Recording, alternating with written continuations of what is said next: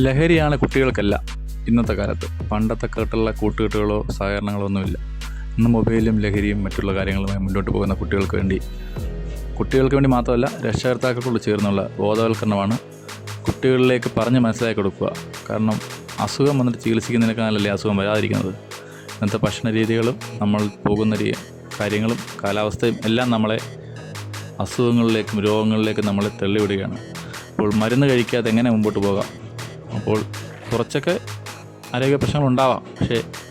എന്നാൽ എങ്ങനെ നമ്മൾക്ക് അതിൽ നിന്നും രക്ഷ നേടാം?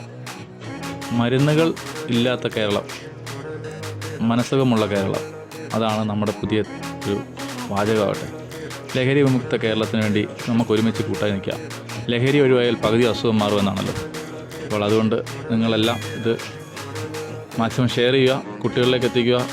ഇത് ചിത്രങ്ങളിലൂടെ വരുമ്പോൾ നമ്മൾക്കുള്ളിലേക്ക് പെട്ടെന്ന് കടന്നു ചെല്ലുകയും നമുക്ക് പെട്ടെന്ന് മനസ്സിലാവുകയും ചെയ്യും. അതുകൊണ്ട് ദയവ് ചെയ്ത് നമ്മളെല്ലാവരും മാക്സിമം ഷെയർ ചെയ്യണം കേട്ടോ.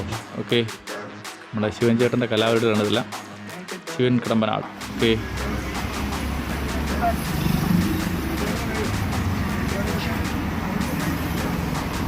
കുട്ടികൾക്കുള്ള ബോധവൽക്കരണം നമ്മൾ കിടമ്പനാട് സ്കൂളിലാണ് കേട്ടോ.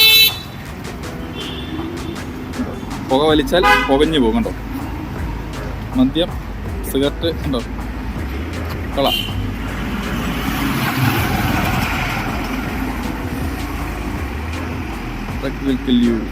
Say no to drugs. നമ്മുടെ ശിവൻ ചേട്ടൻ്റെ കലാപരമായ പരിപാടി ഉണ്ടോ കിടമ്പനാട് സ്കൂളിൻ്റെ മതിലിൽ. സൂപ്പർ.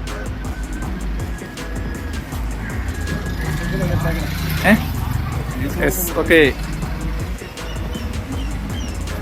ഇതിൻ്റെ വാക്കുകളൊക്കെ അറിയാം നെറ്റിനകത്തായിട്ട്. ഓക്കെ, ഇതാ കണ്ടോ ചേട്ടൻ്റെ ഐഡിയകളുള്ള പരിപാടി കണ്ടോ. ലഹരി വിമുക്ത കേരളം, നമ്മുടെ കുട്ടികളുടെ ലഹരിയിൽ നിന്നും ഒഴിവാക്കാൻ വേണ്ടി ഉള്ള നമ്മുടെ കിടമ്പനാട് സ്കൂളിലെ മതിലിലെ പാചകങ്ങളും അത് ചിത്രങ്ങളായി വരുമ്പോൾ പെട്ടെന്ന് നമുക്ക് ആളുകളിലേക്ക് എത്തും. ആ ഒരു ക്യാമ്പയിനാണ് ലഹരി വിമുക്ത കേരളത്തിൻ്റെ ഭാഗമായി കുട്ടികളുടെ സുരക്ഷയ്ക്ക് വേണ്ടി. ഓക്കെ.